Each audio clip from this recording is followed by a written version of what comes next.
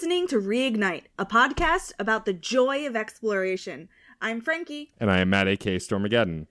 And joining us for our return to EOS is Ashley Lauren Rogers. Thank you so much for being here, Ashley. Yeah, thank you so much for having me on the podcast. I'm so happy to be here.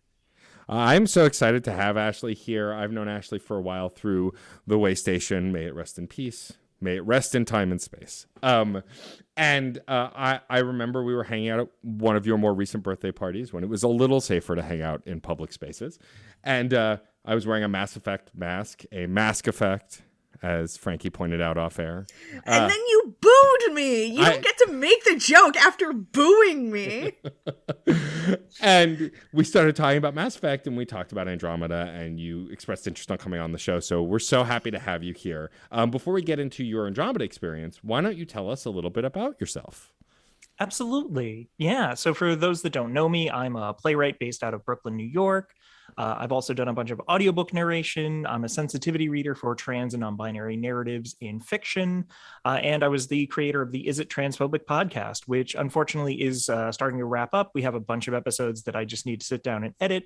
I really loved the work I did on that podcast. It just, after 5 years, it was time. Fair. Look, I mean, it's fair to understand that. You know what? They'll always be there. And so folks can go listen to those episodes that exist in perpetuity. I retired my music review show, but I like to say on indefinite hiatus because, you know, who the hell knows, right? Exactly. You can always pick it back up at some point.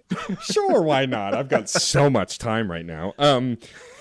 Don't we all?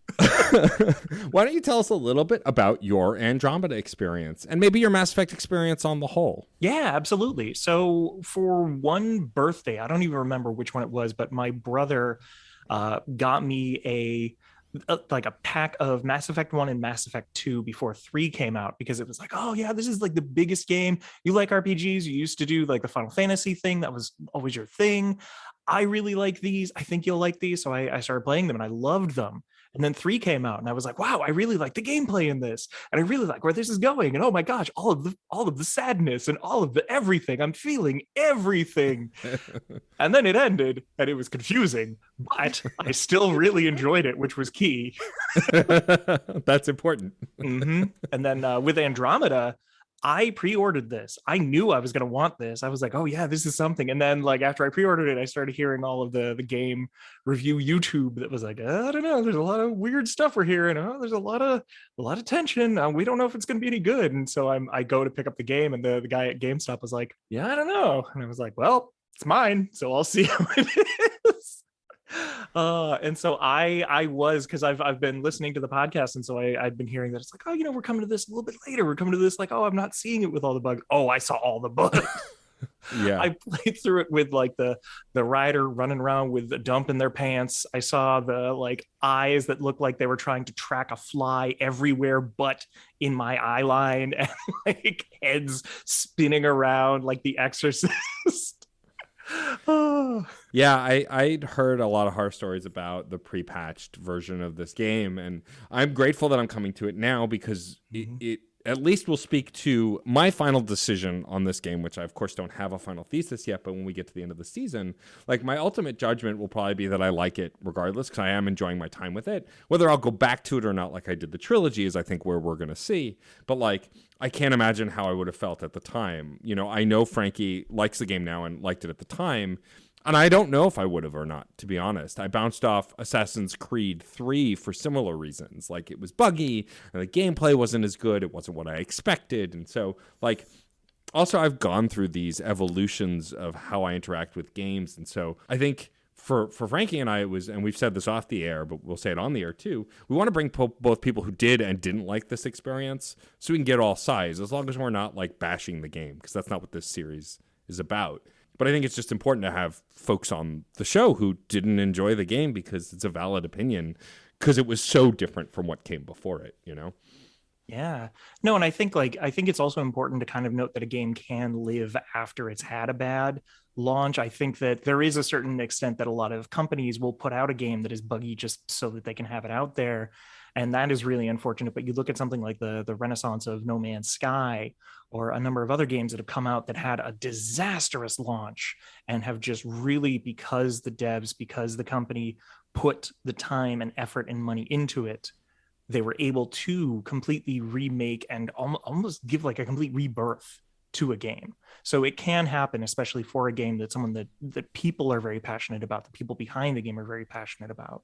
So I do think that it's important. And I do think that it's important to kind of note that, like, oh yeah, you can come to a game and hate it immediately and then come back to it. Because I picked it back up for the podcast for a little bit. I didn't beat it. I still haven't beaten, I've never beaten Mass Effect Andromeda. I don't know what happens. But like, ultimately, I was like, after beating the remaster trilogy, I was like, oh yeah, oh, this is really hard because there's a bunch of like little things with the controller mapping that I'm like, oh right, no, this is very different in Mass Effect 3. Yeah, totally. I mean, I think that ultimately the goal for us is to just enjoy our time with it regardless and just have fun with the show. And so we're so excited to have you here. Before we start getting into this specific episode's details, why don't we have a little bit of summary, Frankie? Oh, yeah. That's a thing that I do. Sure is. Kallo and Suvi were right. The skies of Eos are clear, which means there's more for us to discover. Join us as we use giant hammers, kill some bugs, and investigate a murder. Bum, bum, bum. That's the sound that all murders make, right? Oh, yeah. That's how you know a murder has happened, is because of the ominous chords that play. Yep. Exactly. If you're out in the world and you hear those ominous chords, watch out. Yeah. Something's afoot. Let's do some quick check-ins. We have some more conversation with Jaal. I do see that after the exaltation stuff, there's going to be a lot of stuff involving Jaal and his feelings and what he's going through, and especially since a lot of the crew is connecting to him. Yeah. I don't really have a lot of notes about the conversation, but we learn a lot about a past relationship that he had and how he was like completely enamored with her. And he gets very romantic when talking about this woman that he loved. But then his brother, who is a big shot in the Resistance, comes home and she falls for him and marries him. And she becomes one of the community mothers. And when you ask him, like, are they still together? Like, how hard is that for you when you go home and you have to see them together? He just, well, they were both abducted by Ket, so I don't really have to worry about that. And you're like, oops. I'm gonna leave. Let's just continue to ask the wrong questions. My favorite thing about Ryder, at least the male Ryder, which I'm playing, is his immediate backtracking and going, "Oh, I've fucked up. Whoops! I fucked up." Like it's so fun. Like, and I've said this already a few times. I love Jennifer Hale and Mark Meer. I adored spending so much time with them. But what I love about the voice actor and actress for the Ryders is they feel more down to earth, like less larger than life than Shepard was, because Shepard was also this legendary figure. You feel like an average Joe or Jane or anything in between. And like every time we screw up, it's just like, I can relate. Embarrassment. It's dreadful. I know this feeling. Because like Shepard's never embarrassed. Shepard is just a badass all the time. Yep. Scott and Sarah are just so relatable. They're just a couple of garbage kids. Just doing their best. Like, I almost feel like the energy of it is very much like the Shepard energy, regardless of gender, is very much like John Cena versus this, which is actor in the game, Kumail Nanjiani. It's just like, oh, I didn't mean to do that. Okay. Whoops. Let's try something else. I didn't make note of it, but I think in this conversation you do get a little more flirty with Jaal, yes? Yes, you get to flirt a little more. You get to ask him after this, you like kind of backtrack. You're like, well, are you looking for someone now? And he continues to compliment you and how he is interested in pursuing and learning more about you, which is like, it's just, I like the Jaal relationship navigation, I think, more than previous Mass Effect relationship navigation, because it's about the friendship and then discovering the relationship. And like, there's a lot of, and I think we've talked about this before, but I can't remember. I'm sure someone will call me out on Twitter about it. But like the idea that media tells us you either have best friends or partners, they can't be both, which is stupid. Like, I am best friends with my spouse, Sarah. And also I am in love with her. And like it's both, right? And it can be both. And so I like that the Jaal. I thought you were gonna say you were best friends with me. I mean, I am best friends with you also. And I adore you. Like, I could have 2 best friends. I mean, I can have so many best friends. See, I thought you were going to say that you're in love with me, and so I'm very confused right now. It's very, very what? awkward. See, Awkward. Ashley, we should leave and have our own Andromeda podcast. But like in all seriousness, I like that you pursue friendship with Jaal first and then a relationship. I think it's just, in look, we crack jokes about the Mass Effect trilogy being about romancing aliens, but really it's very much like the road to the bedroom. There are some relationships that are more than that in Mass Effect, depending on how you pursue them. But like, I feel like this is a cool way to show a deeper connection and like a process, continuing to gamify it as they are. I want to share a quote from Jaal during your romancing conversation. You are a lovely woman, or perhaps to you a lovely man, right. But to me, he said a lovely woman, a brilliant risk taker. Knowing you better would be a gift. Sincerely. Just like, Dang. Come on now. Yeah. Dang, dude. Okay, because especially with Mass Effect 1 and 2, I accidentally, the first time playing through, I accidentally, just being nice, locked myself into a relationship with, I think, Jacob. And I'm like, wait, what happened? Wait, no. I was like, Mass Effect 1, I was going Liara, because that's always who I first romance. I'm always going for Liara. And then, the second one, I'm just like, oh, I'll be nice to Jacob. Jacob's like, wait, I'm romancing him. No. And that's nice person. Great character. No, though. Do not want that romance. No, thank you. No. We also receive an email from Jaal after we have this romance conversation that goes, Dearest, in your culture, is dearest too strong a word to use when 2 people are fond of each other? And is fond too strong a word to use when 2 people enjoy flirting with each other? I enjoy you. Even now, I smile picturing your face. Angara are free with our emotions, and it feels normal for me to lay mine at your feet.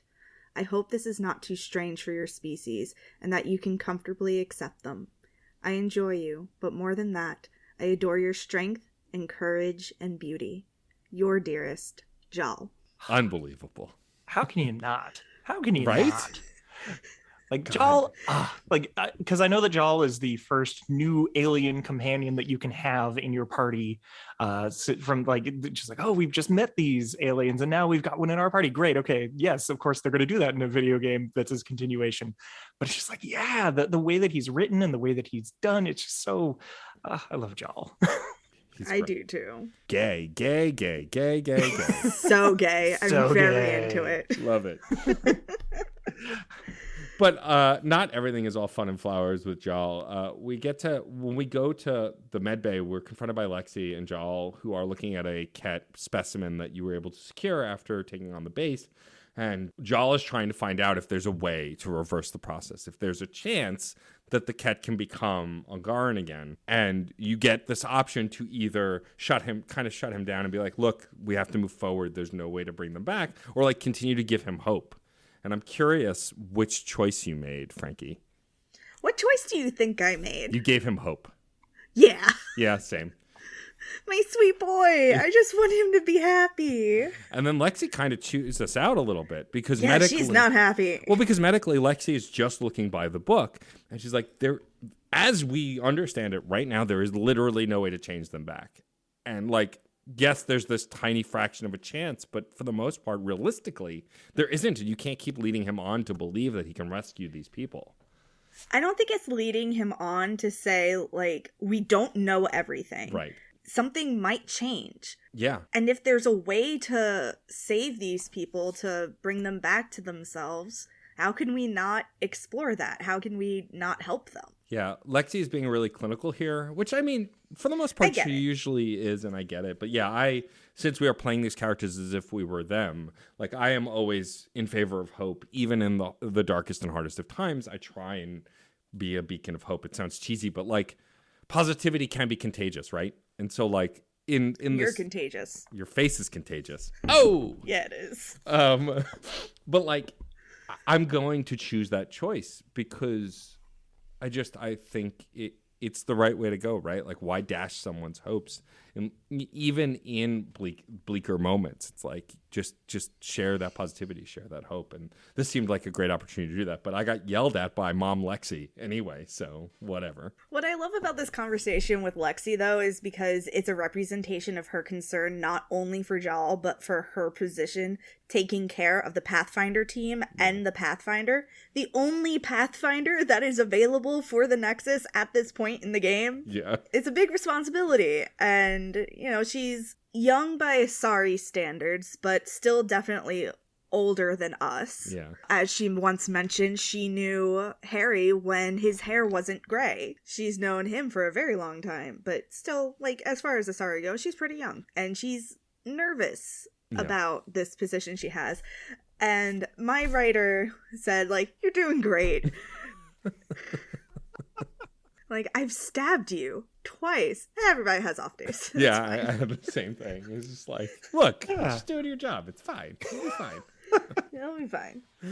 And the only other major check-in we have before we go into the return to Eos, whatever. I'm gonna flip-flop the whole time. I've done it the whole series so far. Who the fuck cares? Language is arbitrary. It's true.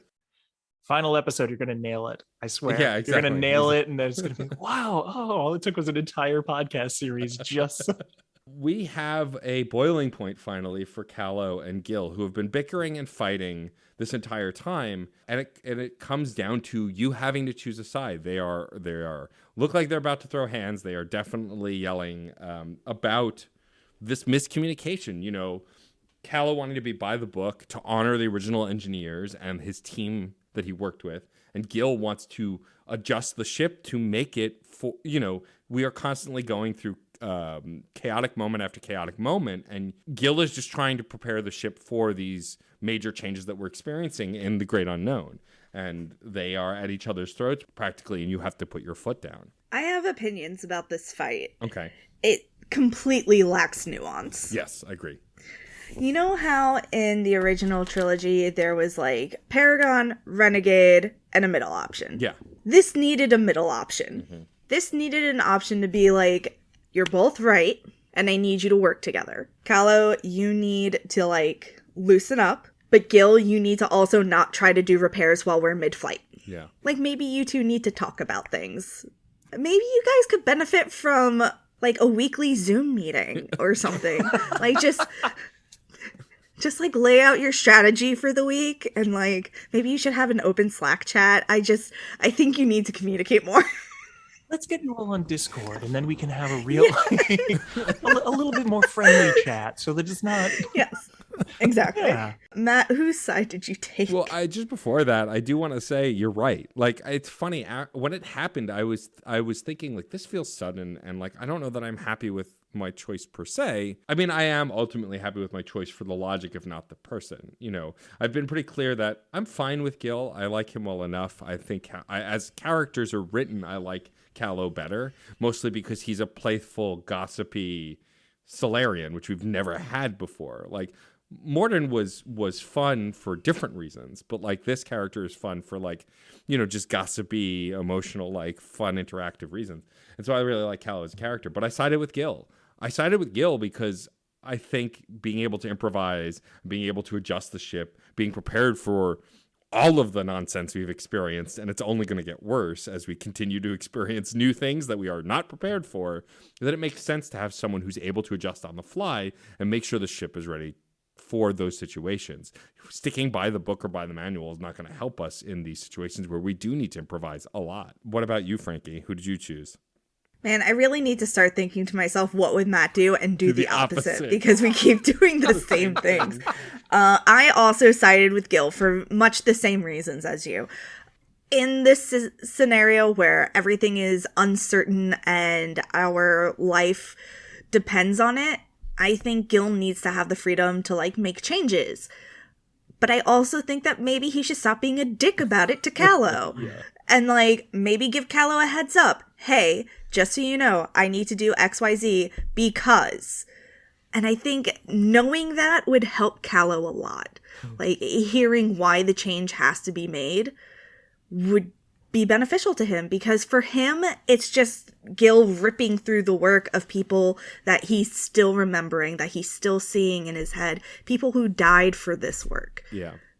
And for him, it feels disrespectful. But if Gil is doing his best to keep the ship going and keep the ship working, then Gil is also honoring their memory.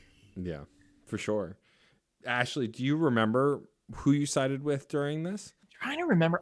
I feel like I don't remember who I actually sided with. Yeah. I mean, again, you haven't played this in a while. Who would you side with? Yeah. Right now. Right now, okay. I'm gonna go with Callow. Just to be different. Drama here. Yeah. Callow's right. I mean, I think he is right to an extent. I mean, they're both right, but still, like, yeah. Yeah, I mean, I think the problem here with this choice is it, like all the choices before this felt like in the moment, like very much like, okay, like I understand why I'm making these choices. Here, I agree. There should have been a middle choice. I just don't know why I'm choosing between them. It just and like, of course, immediately after choosing Gil, I was like, oh no, now my best friend Callow hates me. But I went to the bridge and he was fine. Like he's still like, you don't. He's a little sad, but I get it. Yeah. Well, and I think what Mass Effect just in general doesn't do as well as say Dragon Age is Dragon Age has this whole like thing where you make a choice and then it's like, oh, this person's gonna remember that, and it's like, oh, what does that mean, it's like, no, what? And, minus 10 approval. Yeah, like I think that it could have benefited from something like that, because like a choice like this where if they gave you nope, sorry, you have to pick this or that and it's gonna affect something, and it's just like like, because the whole Mass Effect idea was, oh, the choices you make are gonna affect things, and I did feel a little betrayed at Mass Effect 3 when it didn't happen, and things kind of changed, but everything was still like, okay, they got to make a video game and the video game's got to be somewhat standard, but it's like, okay, all right. And I yeah, like it's little things like that, like a fight like this where it's like, oh, is it gonna impact, even if it's just like the way another character interacts with you later. Yeah. I mean, we'll see what else comes from it. You know, ultimately, I like these two characters. This choice compared to other choices we've made so far felt a little emptier, and kind of like to make a show of these two characters, which is fine. I mean, they're trying to bring you closer to them, and making a choice like this could, in theory, even though neither of them are my favorite character. So yeah, just some food for thought on that. I think one of the problems that we experience while playing Andromeda is that a lot of our choices feel kind of arbitrary right now, because we don't know how they're going to play out in the future of the franchise. Right. So now we're just kind of like winging it and just being like, I'm sure it'll be fine. We don't know. We do not know. Yeah, and I feel like there was a similar feeling the first time I played Mass Effect for the first time. I mean, also my first time through Mass Effect, it was a lot of, this is amazing, this is so cool, and less like worrying about that. But like, if I but like hindsight being 2020, like, yeah, we're making these choices to save or not save these people or help this person, or, you know, what's a husk? And then, oh no, giant space lobsters, like knowing what those choices result in gives them way more weight. Whereas here, you know, much like Ryder in the moment, we're freewheeling it. Let's just figure this out. Let's go, you know, just kind of rolling with the punches. And so I am curious to see how these all matter in whatever the next Mass Effect is, as well as just as this game gets into the second and third acts. Okay, cool. Any further comments about the Tempest crew? Not at the moment. Let's land on Eos then. Yes. Who did you take with you to Eos? I took Cora at first, and Jal, and then Cora and I have similar fighting styles, so after like a couple of battles, I was like, no. You go back. I'm sending you home. You go to your room and think about what you did. Which was steal half my kills. Go away. I don't want you here anymore. And I switched her out for Drac. Okay, so you brought Drac and Jal, ultimately.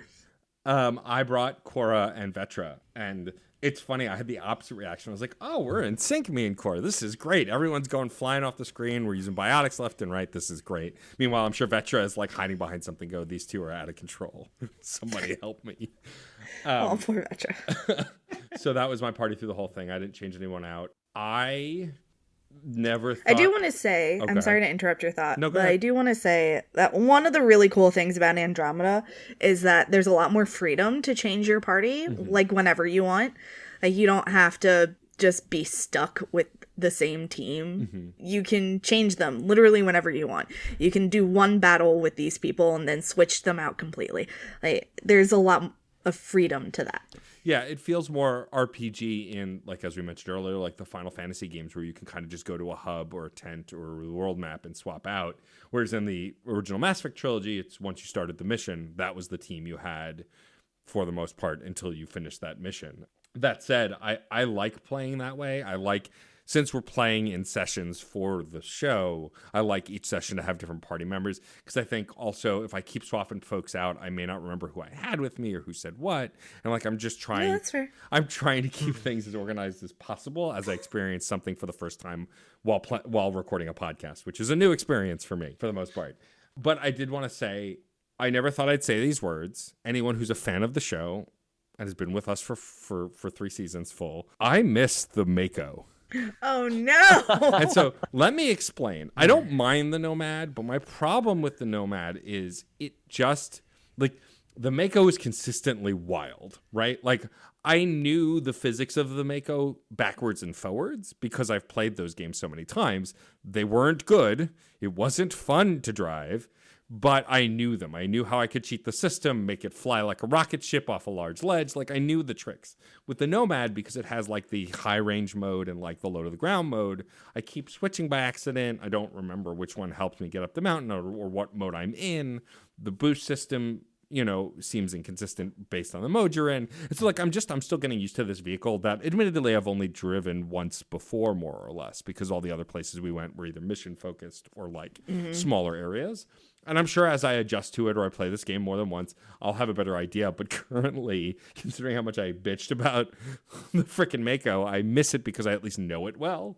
But that said, I mean, this is a bad vehicle. Although anyone following me on Twitter saw when I played for this episode that I parked up on a rock cockeyed because I was like, yeah, whatever. Nice. And any parking job you can walk away from is a good one, to quote Launchpad McQuack. Yep. Yeah, I you know, with the Mako, at least you could get where you needed to go. It took you a lot longer, and you may have had to like Skyrim shimmy up a mountain, only with wheels, but you could get there. And Yeah. I kind of feel like with this one, it was just always like, oh, okay, you need a certain like power up to make it up this thing, or it's just like Honestly, the Nomad gets better the more you upgrade it. Yeah. Like, you can do everything without having upgraded it at all, but it will be a much better experience once it is fully upgraded. Yeah, and I'm guessing that I'm not there yet, and I have to keep remembering to do that. But that said, you know, I did adjust to it, and there was a lot to do, and also because of all the forward stations, like the Nomad teleporting with you when you use the forward stations, it's not that big of an inconvenience. Also, being on Eos, I got to fulfill, like, I've been ignoring anyone, again, to mention my Twitter twice in 2 sentences. Anyone following me on Twitter recently? Did you know Matt has a Twitter? Right? You can follow him at DJ_Stormageddon. Thank you. But no, on Twitter and on the internet recently, I've said my new kink is ignoring side quests because I was like a side quest whore. I loved to grab every single side quest, do every little mission, and like I'm playing a game called Infernax right now, which is a like indie game, like side scrolling with side quests, and I've been picking them all up again. And I'm like, what am I doing? I'm going against my mantra. But like in a lot of games, because I want to get through them, like I recently played Tales of Arise and some other games, like I ignore side quests because I just want to get through the main story, experience what this game has to offer, so I could talk about it on a podcast and move on because I just have so many other games that I'm playing. But with Mass Effect Andromeda, I am very much, this is a focus. I'm taking my time. I'm leaving myself enough time to do it, and I can do everything. And so this is one of the first times in a while I was like, ooh, there's a thing. Ooh, there's a thing. Oh, there's another thing. I want to go do that thing. And it was fun to let myself do that again because I've been so focused on just, you know, punching through games so I can experience the too many games that are coming out every month.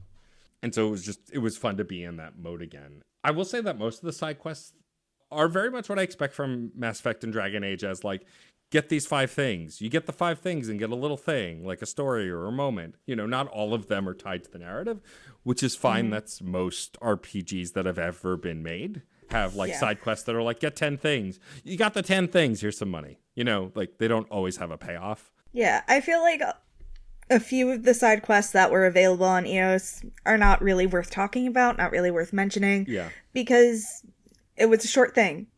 Yeah. You completed it. Good job. You restored the locket to its resting place. You did good.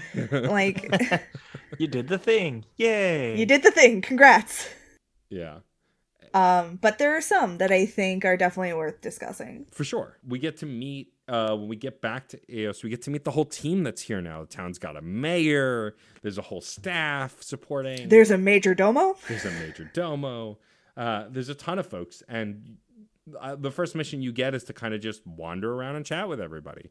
And I like the characters here. I think that they're interesting. I think that, you know, Mass Effect NPCs are often usually pretty interesting, you know, besides the fact that, you know, a lot of them look the same because they're using the same character model over and over again. As we've complained before, apparently there are no fat people in space. No fat people in space. Just skinny, tall as a rail people in space. But besides that glaring omission, like, it does seem like there is a diverse cast here, which I do appreciate, which is interesting.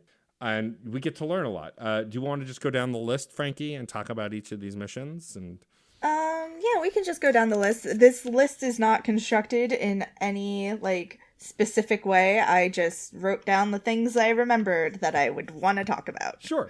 So, Which makes sense. And the first two missions you have listed here are the ones that had, like, the major choices to make. yeah, for sure. So the first mission I have listed here is called Making an Impression. We get a mission from Haley Abrams, who we will talk about more in a little bit, telling us that there is some seismic activity, but because of that seismic activity, we can tap into some underground rivers, so that way we can improve the water supply for Eos. Sounds awesome, right? Yeah, totally. Until you place that first hammer and have to fight a giant robot snake space thing. Wrong. No? Is that the wrong mission? Third hammer. Oh, is it the third hammer, not the first one? Third hammer. I take notes so I can stay organized, he says. Look, I didn't write down... So I can remember what happened. I didn't write down when the giant space robot snake appeared. I was too busy texting you that I hate it. When a giant robot space snake happens, time doesn't matter. Is it the first one? Is it the last one? It doesn't. There's a robot space snake. All right. So when we put down that first hammer, we're actually attacked by a whole bunch of remnant. Yeah. When we go to put down the second hammer, we are confronted with a group of people from a sovereign nation called Advent. Yeah. They're exiles from the Nexus who have taken up residence in caves on Eos. And now that we've scrubbed the atmosphere, they're reaping the benefits as well. Yeah. And so you're asked to make a choice here because what you're doing will route and support only Prodromos and not everyone. And they ask you to not abandon them even though they broke off. Like, please help them. Don't place the last hammer. Make sure that they have access to this water supply and these resources as well. And you have to make a choice. And the choice is between the water for Prodromos or tapping into natural gas. Yeah, which allows them to make some money, but also can eventually harm the atmosphere and make this planet worse for wear again. And so with that being the choice, I chose to just tap the water supply for Prodromos. I regretted it a little after making it just because I do feel bad not helping this other settlement, but I don't want to cause more pollution after just making the air breathable finally. Yeah, right? Like, I just fixed this place. I don't want to come back here in 50 years and have to fix it again. Like, no, absolutely not. I'm pretty sure I chose to help everyone and just say pollution, we can figure that out. But I think figure it out later. Yeah, they'll figure it. We got time. It's going so well on Earth right now. So taking a very American politician stance on environmental issues in my Mass Effect game. Yeah, but neither choice feels great, which I think makes this choice have more weight than the choice we were just talking about, right? Like, I did kind of regret not helping them, but also, again, there's no middle option, right? Which I do like here because I feel like Mass Effect, especially in 2 and 3, did often have a Renegade or Paragon trigger that was like, today everybody lives. Like, it was the solve all.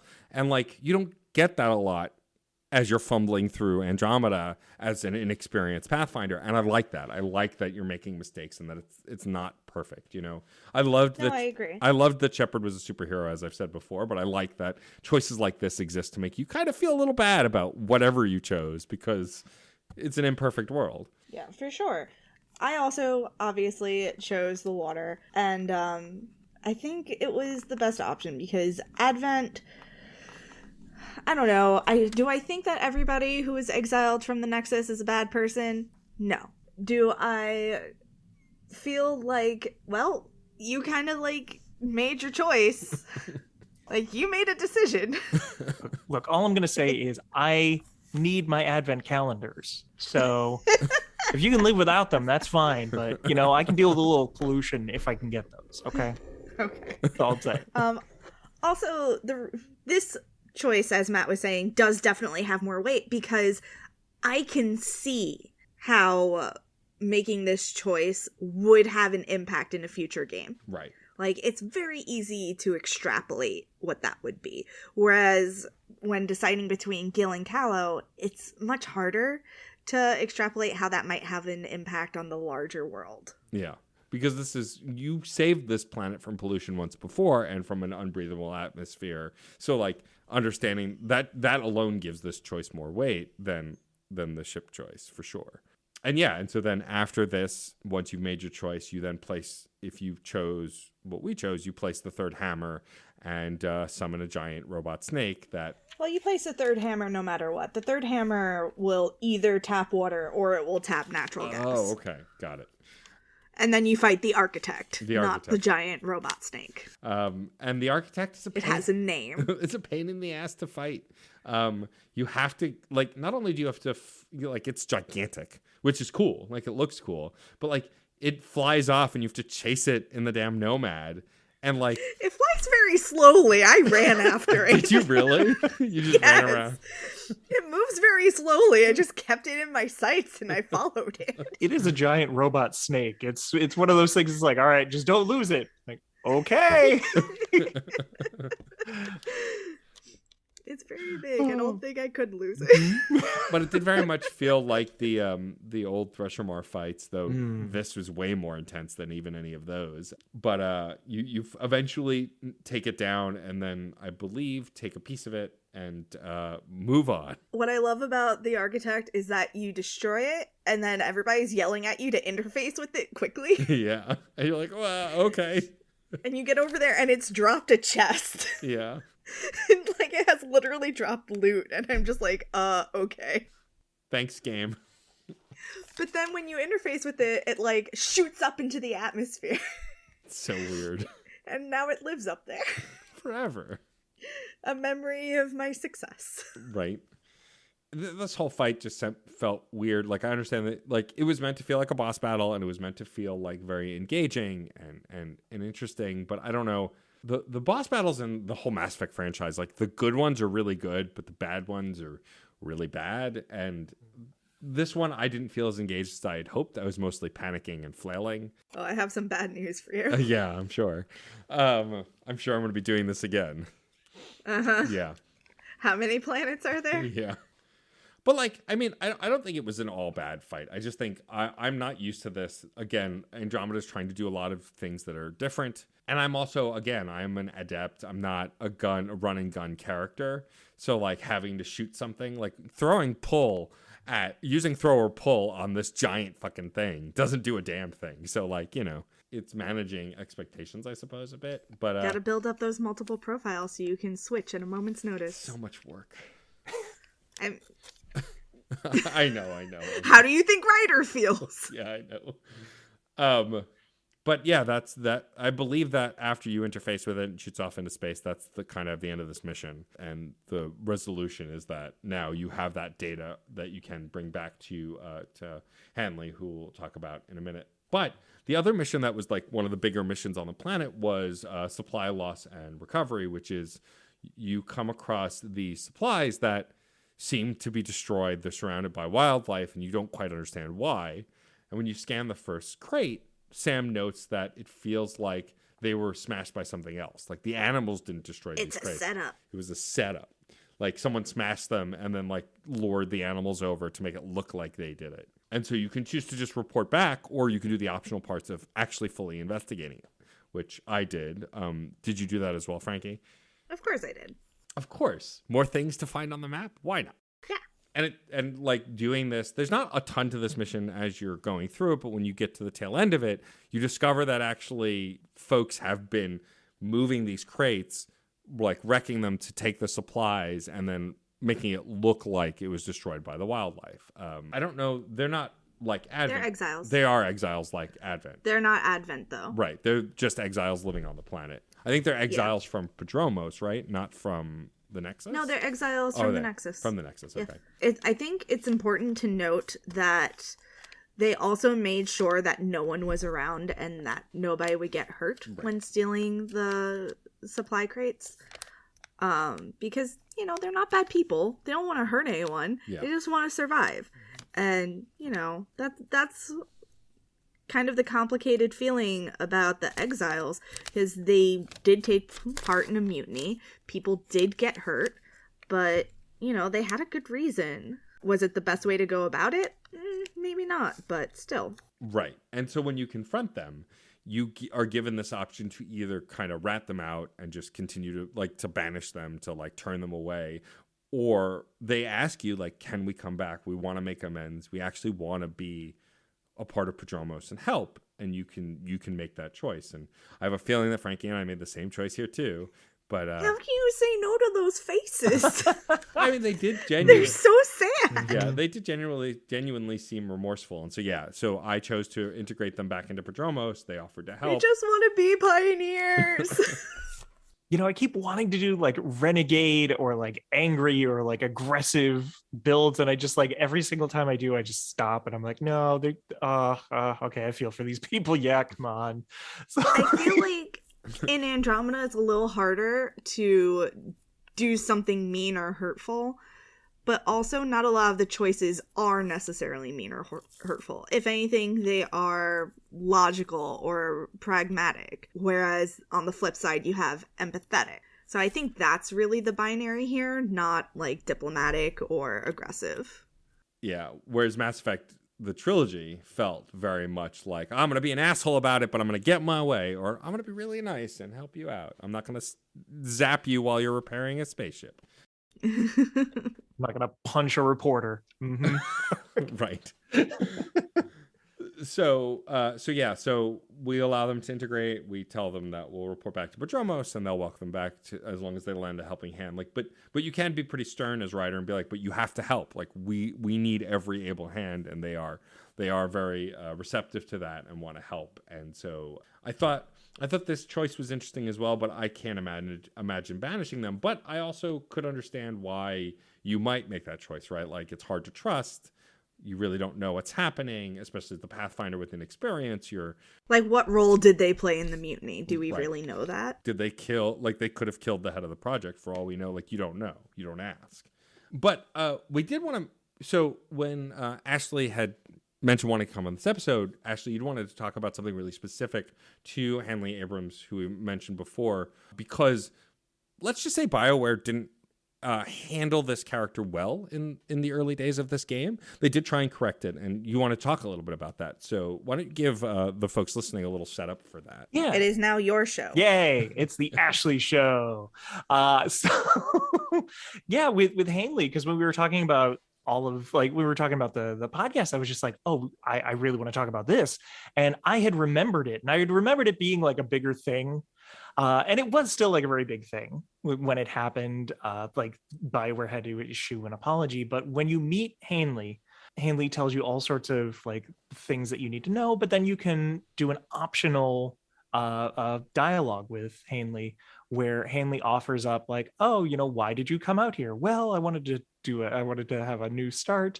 I used to be known by this name, and then I did this. And it was very much it was a fail on creating a trans narrative for a character.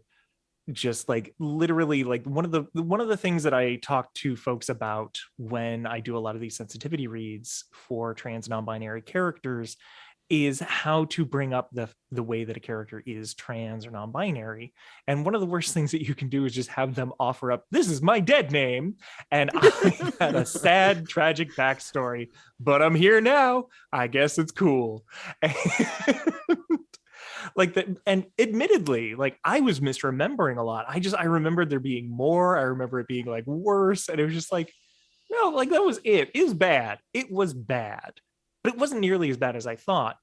But the way BioWare fixed it, because BioWare was dealing with so many other issues with this game that they were trying to patch out, they literally just patched that bit of dialogue out. So you could not access it afterward. It's not worth it. Yeah, it was literally like, it's not worth it. And like I say, when this happened and when people found out about it and when people were like going to it, they actually issued an apology, and it was a pretty good apology. So I'm just going to, if you're all right with it, I'm just going to read what they had said in their apology. Please do. Yeah, which is, in Mass Effect Andromeda, one of our non-player characters, Hanley Abrams, was not included in a caring or thoughtful way. We apologize to anyone who interacted with or was hurt by this conversation. This was never our intent and was an unfortunate byproduct of the iterative process of gaming design and a change in the structure of the character's dialogue. We have had several discussions with members of the transgender community, both internally at BioWare and in the broad community, and we are working to remedy this issue. Once the changes are implemented, Hanley will only reveal certain information to Ryder after they have developed trust, and only if the players choose to support her. Now, admittedly, I have not gotten back to Hanley. I have not gotten a chance to test. I am assuming, because no one has talked about it, that they never went in and repatched it and made it so that you can do that. Again, like in my research trying to find out the answer to that question, I was not able to find a conclusive answer. So that tells me that it never happened, just because of all of the fraught development and all of the finally canceling future games up until we found out that they're doing a complete kind of sequel to both series now. But it's kind of tragic, because this is the first attempt at BioWare in Mass Effect creating a trans character and a trans narrative. But it was also just this one random character tucked away who you had to specifically find a dialogue tree for, and basically just have them say, here's my dead name, I'm trans, now go off and find other people. And so for me, it's tough, because if there were more trans characters around, and I know that there's a moment that was discussed that I had to look up, this whole discussion about the Asari and Jal's race. I can't remember the name offhand. Ungarans. And how many pronouns and how much, like, what they use to communicate gender. And that is really cool. But there's only one trans character, and they cut that trans character out. They cut the trans character's dialogue out. And it just feels really odd not odd, but it feels not great in retrospect. But at the same time, I understand why they did it. Yeah, I mean, I think it's a bummer. Like, I mean, the character is obviously still trans. The character is who she is, but it is a bummer that you can't access that dialogue now. Yeah, as I mean, Frankie could probably speak better to this, but as far as I could tell, that there is no, like, you do get a mission from them at one point to get their partner out of try and speed up getting their partner out of cryo. But I don't know, Frankie, do you ever get to have that deeper conversation with them, or is it just not? I don't think that you do. Yeah. The first 5 times I played the game was before they patched her. Okay. I think. So she was just real upfront with her dead name. Yep. But it took you reminding me of it, because in the times I've played since, like, I just forgot about it because she didn't do it anymore. So, like, it never came up again. But it could also be that I didn't talk to her enough. That's also a possibility. I tried talking to her more after doing the hammer mission, the making an impression, to see if she would talk to me about it. But maybe she won't talk to me about it until I get her fiance out of cryo. Yeah. So that's a possibility. Yeah. And this was especially around this time.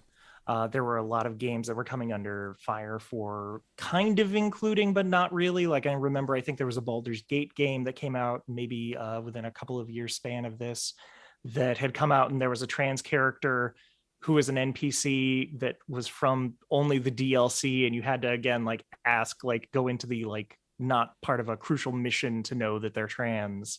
It was just very like, oh, you got to ask them and then you've got to find it. And, you know, like they faced a lot of backlash for including this character that, again, you had to pay extra for, and then you had to do a deep dive, and then you had to keep going. And it was handled fine by that developer. But it was just, there's something really in this idea of having to go deep to find out that the character is trans, Right. in my opinion. Like, again, if it's the only trans character in your piece. BioWare actually did a really good job with Cremisius Classy and Dragon Age Inquisition, where Krem is just who he is, and you don't even really know until it gets brought up in conversation, but everybody's really supportive of him, and they're just like, no, you're a man.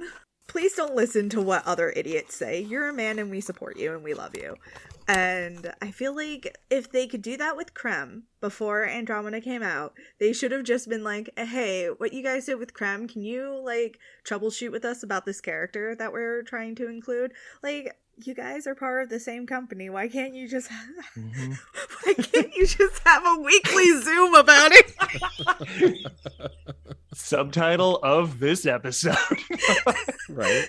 Let's just have a weekly Zoom. Yeah.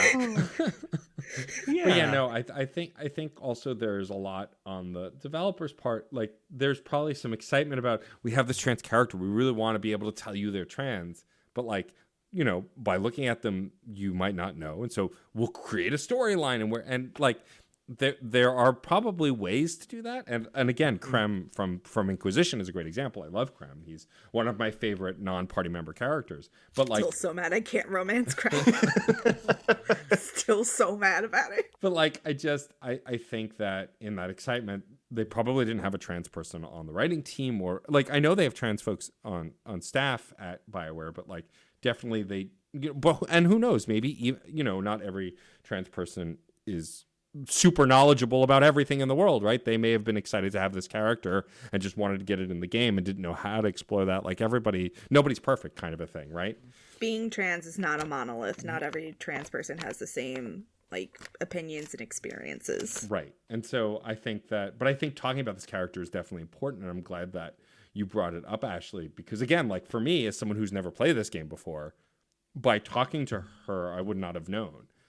But now I do, and it's like, okay, well, there must have been another way to do this, which is kind of like the summary is like, but what is that other way, you know? And so I think I would have loved for BioWare to have found a way to include it back into her backstory, but also they canceled all the DLC for this game. Like after all the backlash, like a lot of the development just stopped on this game, except for like patching it and fixing it. And so I'm sure that's part of, like, I'm sure there was probably some kind of quest or plan to like build out this character, and then it just went in the wastebasket with the DLC and a bunch of other stuff. Yeah. No, and again, it's one of those, I always, as a trans person who is living in the now, and I realize that it's like, it can be very difficult as a trans person to just exist, but we do, and we're gaining a lot of visibility, and particularly because this came out in 2017, I think, right? Yes, I believe that's right. That sounds right. Like it wasn't like when we look at 2016, the media, the whole idea of like the transgender tipping point, that's when that was happening, when people were taking Laverne Cox seriously and people were listening, and like we've always been here and we've always been speaking up, but people finally really started really listening publicly around this point. And pressuring media to create more media with a lot of other trans representation. So it's tough because this has been going on for a while, and they're like, oh, you know, we're finally doing it. And it's just like, it's bad. Don't do it like that, please. So it's just like, oh, we finally got something. Oh, no, not that. No.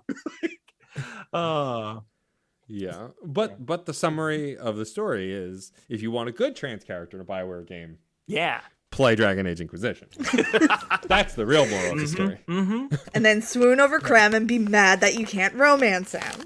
Yeah, and just to kind of like put a pin in it too, there's this feeling where in the future we need more trans people, because more trans people do exist. Trans people are here, and it's so tough to look at a far future or a future-esque piece and not Right. see us represented, they couldn't have specifically known that. But you know what? Like, yeah, now we're finally being taken seriously. We're finally like in the public eye.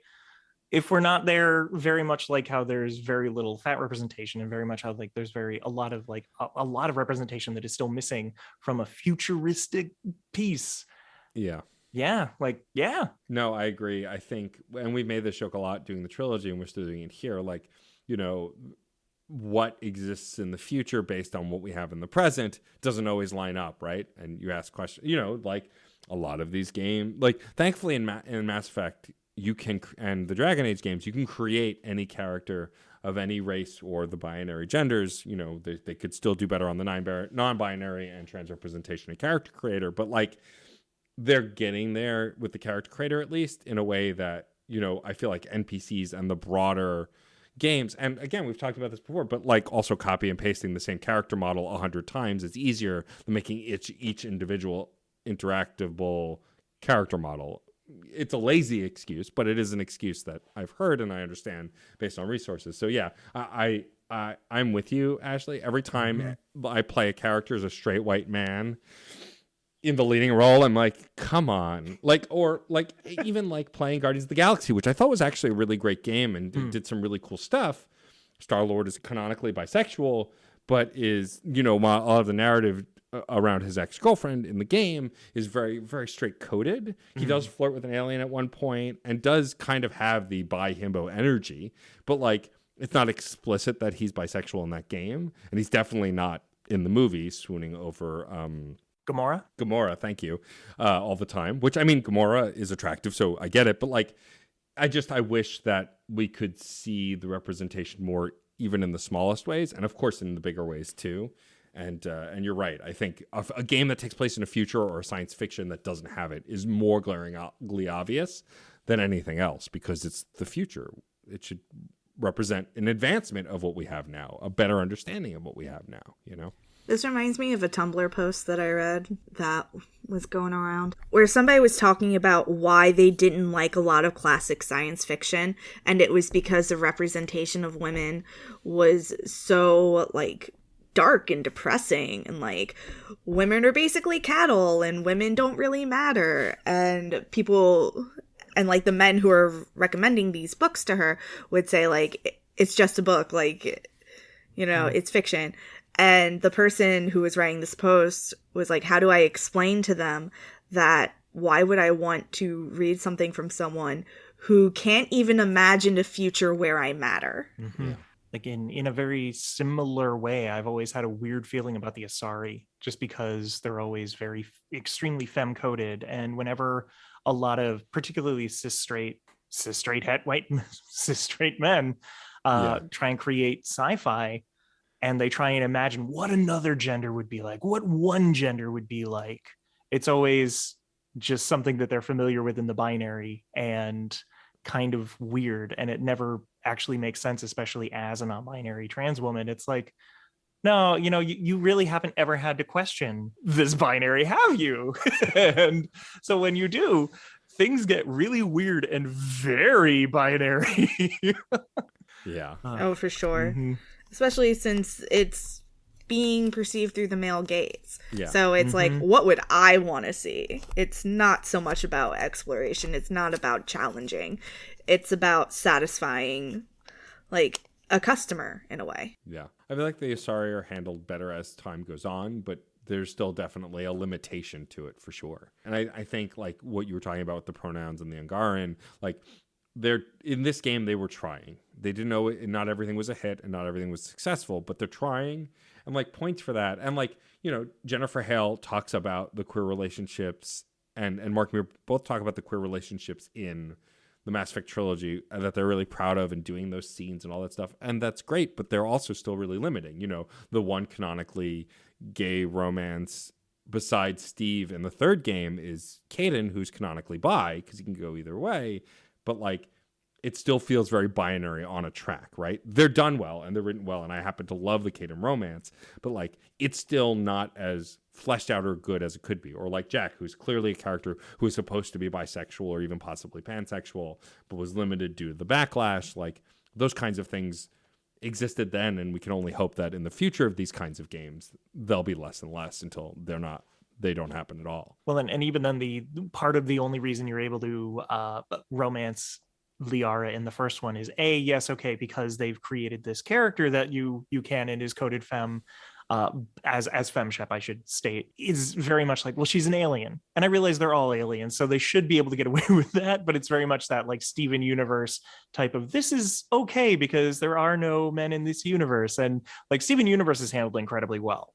Right. But it's very much that way that they're able to get around a lot of censors, even though a lot of other censors and a lot of other audiences were like, okay, I guess it's okay because she's a blue alien, but like, yeah, it's a complicated discussion that's worth having and always worth having. So thank you, Ashley, for bringing it up, and something that I'm always trying to be aware of as I go through these games, because as we play more of these games, I just want to see this stuff be more common and less like an event, right? Just let people be and exist. There is just something refreshing about a character existing, like a character from a marginalized community just existing and being happy and being great. Mm-hmm. Yeah. Like in RWBY, when we meet one of the main characters' sisters, we find out that she is a lesbian and she's married to a woman and they have a child together and nothing bad happens to them ever. Yep. And like there's just something refreshing about that. It's like, oh, look at them living their lives being happy. That's nice. Yeah, no, I agree. Like, it was the thing I liked best about Eternals, which was a movie that had a lot of flaws, is that one of the queer characters had a husband, had a kid. He doesn't die. They don't bury their gays, and like they don't make a big deal about it. None of the other team members make a big deal about it. None of the other characters. They're not going through. They're not being mistreated. They just are. They exist like any other family in any other show. And I appreciate that. And we don't see it as much. It's always a spectacle or a big deal. And like Mass Effect was treading water that games hadn't as much. But like as more games come out, like Ashley and I have talked at length about Boyfriend Dungeon, which is a game I love. And it's still not perfect, but does, I think, get a lot of things right. A lot of these characters just get to exist as they are. Like they put their boundaries out there. They let you know what their boundaries are. But for the most part, they just get to be. And you can interact with them however you choose. And I think we just need more of that wherever we can get it, and hopefully more commonly and more frequently. Okay. Move us along. Yeah. That was a big, lengthy conversation. Let's move along. Yes. Important, but we'll be here for 2 hours because we could probably talk about this forever. I could talk about it for 2 hours, so we should move on. Let's talk a little bit more about some of the other side quests and characters you meet. You have here, I'm jumping around a little bit, but you have August Bradley's take on grief, which I thought was really interesting when you talk to him. So August Bradley is the mayor of this town of Prodromos. He's kind of running the show. And like, as you're trying to get to know him, he talks about his take on grief and how, there's this need to share with everyone. Like you do your thing, I'll do mine. And it feels very closed off. I was curious how you felt about it, knowing you as well as I do, Frankie, this moment and like his take on this. So I personally do not stand by the stay out of each other's grief thing. Maybe I do to an extent. I feel like my grief is not for everyone, but it is for the people who like I see regularly or that I'm close to. Yeah. Matt and I just lost an acquaintance recently. An acquaintance for me, a friend for Matt. And it was someone that I didn't really know super well, but he was always nice to me. So when I found out, it took a day, but it wrecked me for a bit. Because I'm just really tired of hearing about people that I know or knew who are now dead. And like, that's just heartbreaking to me. The more that it happens, the worse that I feel. And I feel like you have to kind of share that grief in a way to make it less heavy. Yeah. You have to like let people know what's going on with you so that way they're aware.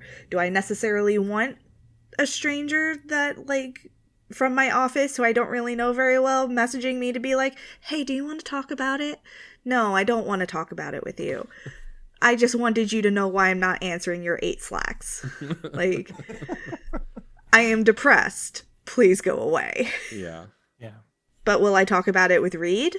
Yeah, because he's like my best friend at work. And if I'm sad, it impacts him. Yeah. So like, I feel like there is a limit to how much you can keep people out of your grief and to how much you can stay out of someone's grief.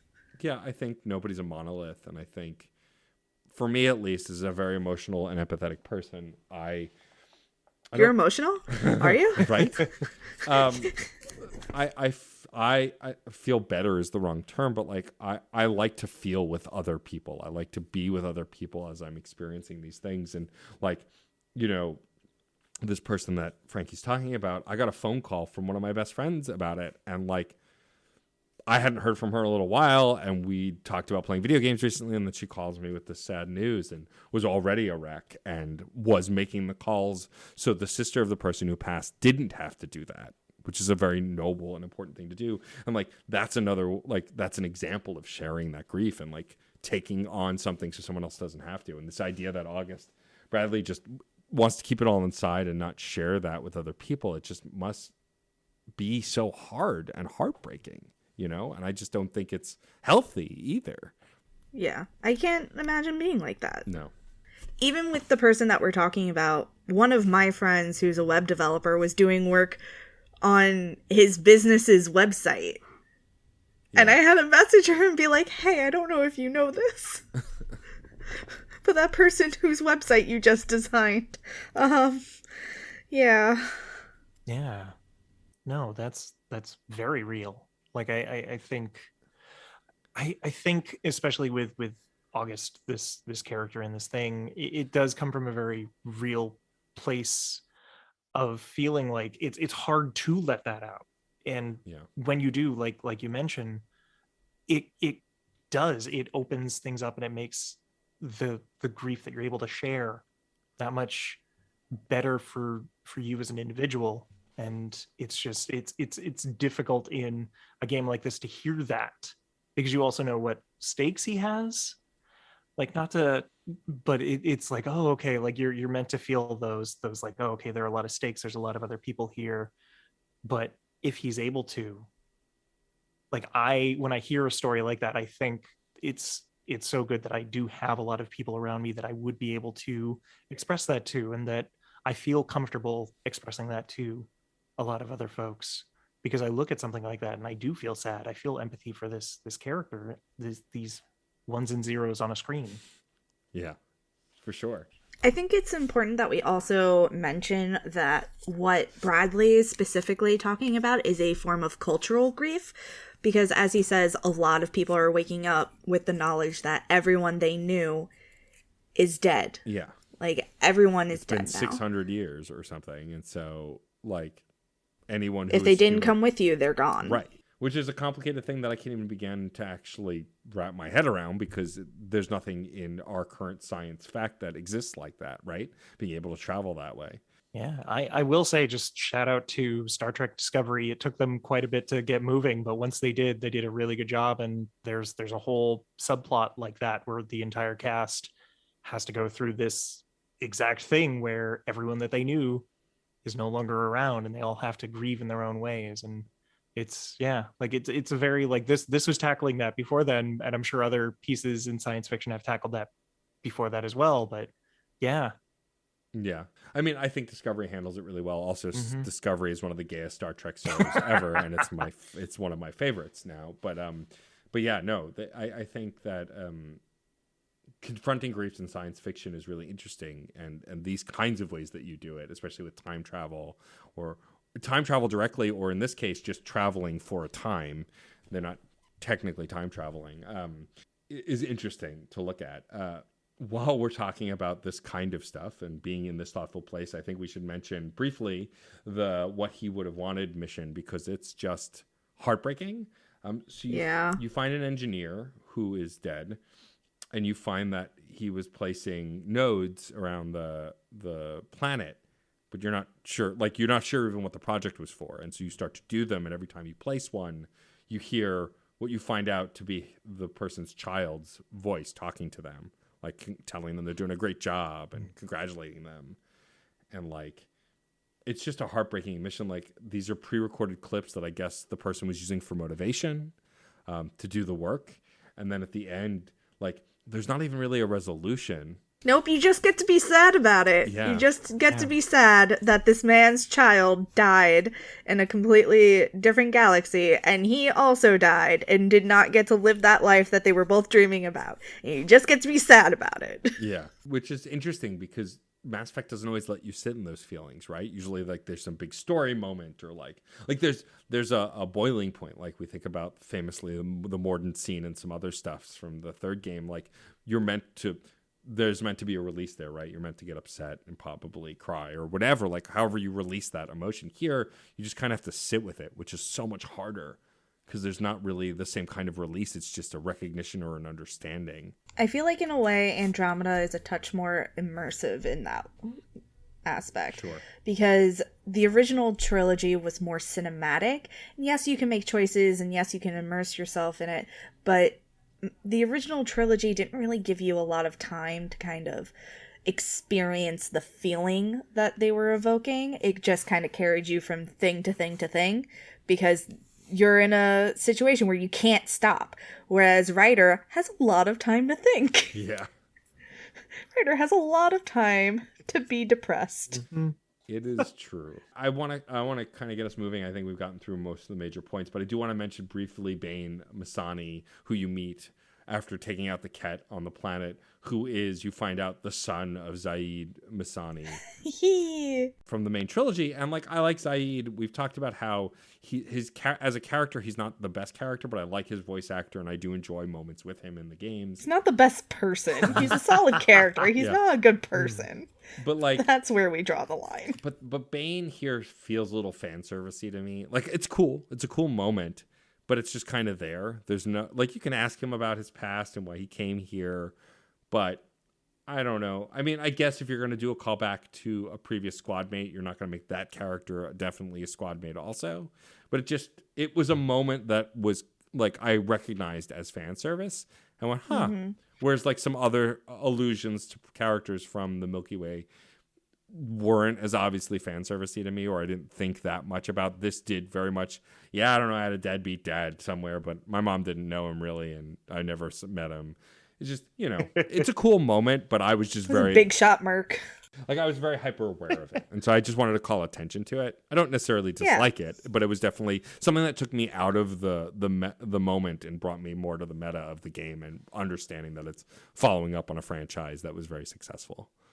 I completely agree that it's fan service. You did not necessarily need Bane to be the one to tell you where to find some Ket. I don't even think he gives you particularly good loot. No. But his only purpose is to be like, I also hate Ket. Would you like to kill some Ket? Here are some coordinates for some Ket that you could kill. You did not need that. You could have just explored and like found the Ket to kill on your own. I did. I took out the giant base before I met him. So there you go. But I do but he does give you the greatest nickname ever that Ryder hates. Little Duck. Not bad, Little Duck. It's just a very good nickname, and that he continues to use it and your party continues to make fun of you. You want to go check it out? Little Duck? That is not becoming a thing. I also do want to briefly mention that I said I brought Cora and Vetra with me. Thank you. You're welcome. I remember your shit better than you do. You do. This is not a surprise to anyone. While you're driving around and running around, your characters will talk to each other and sometimes talk to you and like have banter. And while I was driving around, one of the banter is Cora and Vetra talking about Ryder and being like, so we should talk about Ryder. Yeah. I mean, it's clear that you and also you, like, they talk about how they both have feelings for you and that they should get a drink. And then, like, yeah, we should definitely get a drink. And the Vetra's like, and also have a conversation where Ryder is not eavesdropping. And it's just such a fun... Maybe you shouldn't fucking talk while I'm driving the car. Like, you have Omni tools. Fucking text each other. This is such a fun moment because, like, you can flirt with everyone in Inquisition until you can't. And this game does that too. But I never thought that they would comment on it because Inquisition, they don't really. And like, I love that they do. And now that could have been a thing that happens regardless of how much you flirt. But like, I like to think because I have, as I've mentioned in previous episodes, been flirting heavily with both of them, that this moment happened. I was like, whoops. Awkward. I brought this on myself. All right. Big awk. And so I just wanted to make sure that I wanted to share that. I actually never got that conversation because I never flirted with Cora, even as Scott Ryder. Because I like Cora as a character. She's a huge weeb, but like, I never like hit it off with her romantically. I just liked her hair. Honestly, I mean, like, right? she's a fine character. I just really liked her hair. That was, and it was just like, you are the obligatory bisexual haircut. It's like, you have the haircut of someone who I would probably enjoy being around. Yeah, that's how I make friends too. Before we move on to advice for the new galaxy, is there any other points we want to touch upon? Anything else you wanted to bring up? What did you tell Danny Messier to do? That one, I opened up that mission because I couldn't remember exactly what the options were. He's just a dude being a guy, and he wants a mission. He wants a thing to do to help improve things for the initiative. And you could tell him to like research Remnant. You could tell him to research the environment. There's a third one that I don't remember what it was. Oh, yes, you're right. I definitely told him to research the Remnant because I wanted more tech stuff. Really? Uh-huh. I told him bugs and plants. Bugs and plants. Bugs and plants, because I don't want you to get yourself killed. You seem like a weenie. Oh, yeah. I wasn't really thinking about him getting himself killed, but yeah, if he does, that's on me, I guess. Well, you'll have to come back to EOS at some point to see how Danny's doing. Hopefully he survives that encounter. We'll see. Okay, I think we've hit all the major points. So let's give Matt some advice for surviving a new galaxy. My advice for you today is, on the map you may have noticed that sometimes the landmarks turn blue. This usually happens when you found everything you can find there, a chest or a resource. Don't go crazy trying to make everything blue. I know you're not quite the completionist anymore, but I'm afraid that seeing things that are not blue on the map will drive you crazy. Let it go. Okay. Noted. Because some of them are glitched. Oh, okay.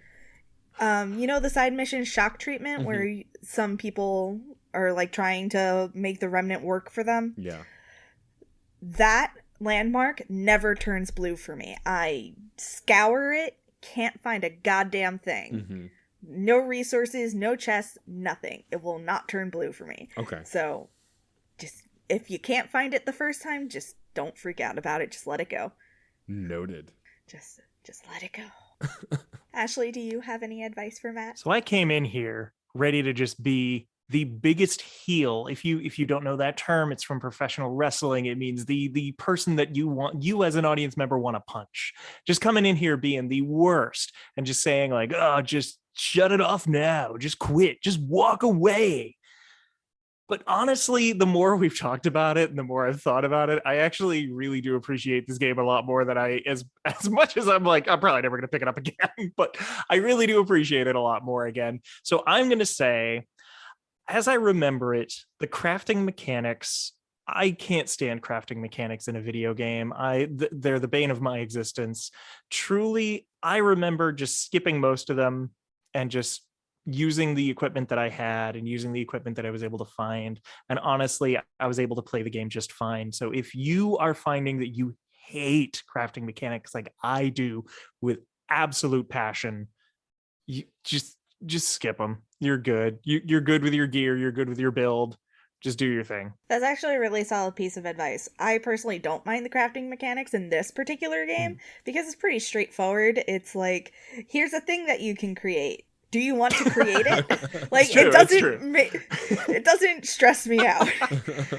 And also there's no like mandatory sense to it. Like, you're right, you can just use whatever you find. You don't have to create a single thing, but the option is there if you want it, which I find to be nice. I like to have the option available. I also like to be able to carry around 5 pistols.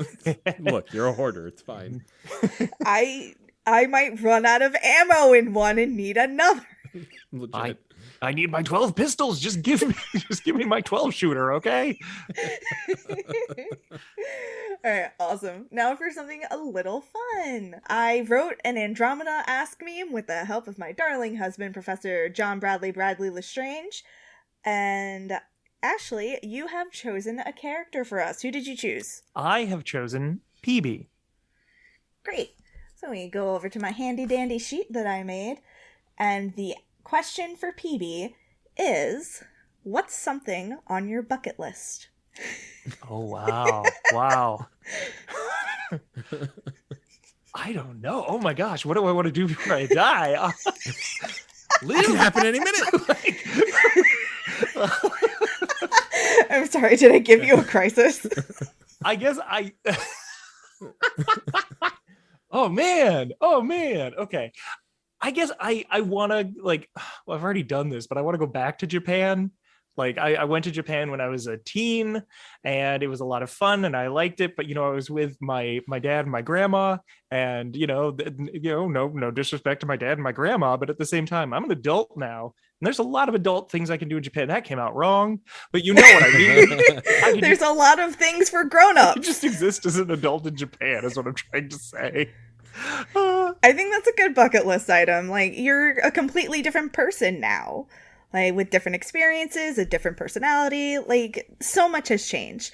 And I think it's important to revisit places when we have changed. It's why you reread books when you're a different person now. Rereading your childhood favorites, you're different now, so you see them differently. And I think you would see Japan differently as well. Yeah. I just want for the record, though, Ashley and I have never talked about this, I don't think, completely stole my answer. Yes! Take that. My bucket list for a while bucket list item has been to go to Japan as well. I've never been. You want to go because you're a weeb. I want to go because I'm a weeb and a video game nerd, but also because friends of the show, Katie Bug and Robert Prime Bush, Robert is fluent in Japanese. And so we've been trying to plan a coupley trip to Japan for ages, and I think for my 40th birthday, that's if we can, global pandemic aside, go to Japan. I want to go to Japan with one of my couple best friends and my spouse. So I too have a similar bucket list item, but I have not yet been. What about you, Frankie? What's on your bucket list? Go to Japan. That is one of my items, but it's not one that I was going to share. The one that I was going to share was to stand on the cliffs of Moher. Ooh, nice. The cliffs of Moher are in Ireland, for anyone who did not know that. I knew that because I feel like we've talked about this, but probably. But yeah, that's a good one too. I mean, going to Ireland is probably up there too because I've never been there either, and I've always wanted to go. That's a good choice too. Dublin is amazing. We went for Worldcon because Diana was up for the Hugo that year. She didn't win that year. She won last year. My wife won this past year. But yeah, we went to Dublin a few years ago and it was just gorgeous and amazing. And I highly recommend everybody go. Everybody go to Dublin. Let's do it. Let's group trip. Let's all go to Dublin together. I do have a goal to also, still in Ireland, to go to Balik, where my father's mother's family is from. And to just go to the supposed bed and breakfast that is there that my father always told me about and just kind of lurk at the bar and just look at the people and just be like, are we related? I love how incredibly specific that is. It's just I'm going to go to Ireland to hang out at a bar at a bed and breakfast and just be like, yes, we could be related. I love this. This is just the greatest. It's we have the same chin. Well, you could go sightseeing. No, this is all I'm doing for 2 weeks. A very straightforward, kind of boring trip for anyone else but you. Look, you get your kicks your way. I get mine my way. That's fair. Can't argue with that. Well, let's wrap up so we can all call it a night and eat some dinner. I know I'm starving. Yeah. That is it for this episode. In our next episode, we will be heading back to the Nexus. We've got some missions to wrap up, check in on our favorite, mall security, essentially. They got him running around all over the place, and check in on our favorite Krogan as well. And I guess Tan, because we have to. This is a Tan hate account. But we will be going back to the Nexus, so tune in for that. If you have missions to hand in and you're playing along, please also... A murder to solve. A murder to solve. Ashley, thank you for joining us. This was so much fun. Yeah, no, thank you so much for having me. Please tell folks where they can find you online if you wish to be found, and all of your work, and where they can check out the stuff that you do. Absolutely. If you go to ashleylaurenrogers.com, it's just my full name. You can find most everything there, including how to find work that I've written, how to find work that I've put online. You can also go to my Twitter at Lucretia Dearfor, LUCRETIADEAR, and then the number 4. And on Instagram, I'm ashley.lauren.rogers. Awesome. Definitely go follow Ashley in all those places and check out all of her incredible work. Meanwhile, if you're a fan of our incredible work, you see what I did there. Smooth. Follow us on social media. We're at ReignitePod on Twitter, Tumblr, and Instagram, Facebook.com/ReignitePod, or you can send us an email at reignitepod@gmail.com. You can also find me on Twitter at iHoardLibraries and Matt at DJ_Stormageddon. I can use words. I have 2 degrees in them. I believe in you. Someone has to. I sure as shit don't. Anyway, don't forget to rate, review, and subscribe on your favorite podcatcher if you can. It helps us get seen so other people can find us. You can now rate on Spotify. Please go there, as well as anywhere else that you like to rate podcasts or want to. We're also members of the Certain Point of View Podcast Network. Please visit certainpov.com to find more nerdy podcasts, each with a unique point of view. You can also find a permanent invite link to our Discord server on that very website, and join in the conversation here about on that very website. On that very website, we have a thread for that I cannot join about Andromeda and people spoiling the shit out of it and talking about it and making fun of me and predicting all the things I'll do. You can go check that out. We also have tons of other great conversations about TV, movies, video games, books, and more. Please come hang out with us. Also, really quick, at the end of February / beginning of March, we are doing Dark Knight Fortnite. We're doing 2 weeks of Batman content. This show, I mean, there's no Batman in Mass Effect, so we can't really help there. His name is Garrus Vicarian. That's true. I was going to say, you just haven't met him Shut yet. your Don't mouth. worry. Oh, sorry. Spoiler. Batman shows up. It's real weird. It doesn't make any sense. But other shows on the network are going to be participating and doing some really cool Batman content, so keep an eye out for that. We also have some personal stuff that we like to plug here on the show. Yes, if you're enjoying Andromeda shenanigans, then you should catch me over on Archives of the Dragon every other Monday, where my spouse, Professor John Bradley Lestrange, leads us through the wild unknown outside the Helios cluster in Andromeda. We're all very gay, and there is often open mic night. You can find that at twitch.tv/Archives of the Dragon. Amazing. You can find everything that I do at djstormageddon.com. It has my Ko-fi, my merch page, all of my podcasts that I both edit and also appear on. All 600 of them. You can also find a link to my Twitch page, twitch.tv/DJ_Stormageddon. I've recently been streaming the Kirby franchise in anticipation of the new Kirby game coming out at the end of March, which I'm very excited about. And, you can also, I also sometimes DJ over there and have been doing some other fun stuff. So again, that's twitch.tv/DJ_Stormageddon. Also, I should say it is official. Frankie and I will be at PAX East 2022. We are covering it. Yeah. We're covering it as press. So we are definitely going to be talking about the stuff we see there, hoping for some BioWare stuff, but I'm not going to get my hopes too high because it is unlikely. However, we are planning some panels and some other stuff. If you're going to be at the event and would like to come say hi, please do. We have more details about panels that both Frankie and I are planning as they get approved, if they get approved. But otherwise, we would love to see you at that event if you're going to be there and if the world doesn't shut down before then. We'd like to thank Red Spinks for our It's Okay to Be a Marshmallow t-shirt on Redbubble featuring our favorite marshmallow, Caden Malenko. You can find more of his work at Chaos Does Art on Instagram. We'd also like to thank Carter's husband for developing more amazing shirt designs that you can find at certainpov.com or on the Certain POV Teespring. Thank you to David Boyle for redesigning our logo like a champ. You're a hero. And finally, thank you to JT Music and Andrea Storm Caden for our new theme music. I'm Frankie. And I am Matt, aka Stormageddon. And I'm Ashley Lauren Rogers. Good luck, Pathfinders. Life is a mystery. Everyone must stand alone. I hear you call my name, and it feels like home. Feels like home.